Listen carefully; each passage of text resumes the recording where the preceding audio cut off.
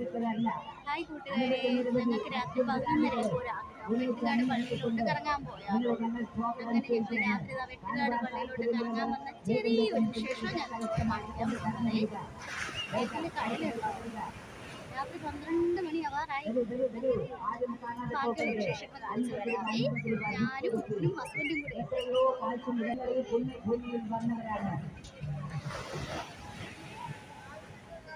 നമ്മുടെ സർവ്വ ദുഃഖങ്ങളും സർവ്വ ആവലാതികളും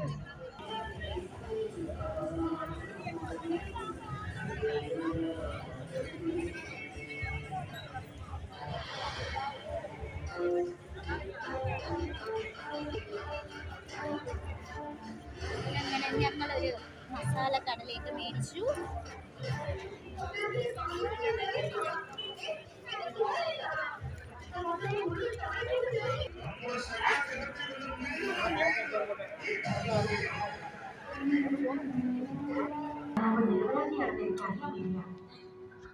ഞാൻ എന്ത് ചെയ്യാനാ?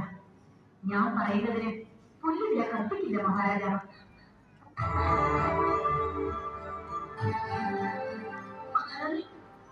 ഇവിടെ സമാധാനം ദൈവകോപമായിരിക്കും.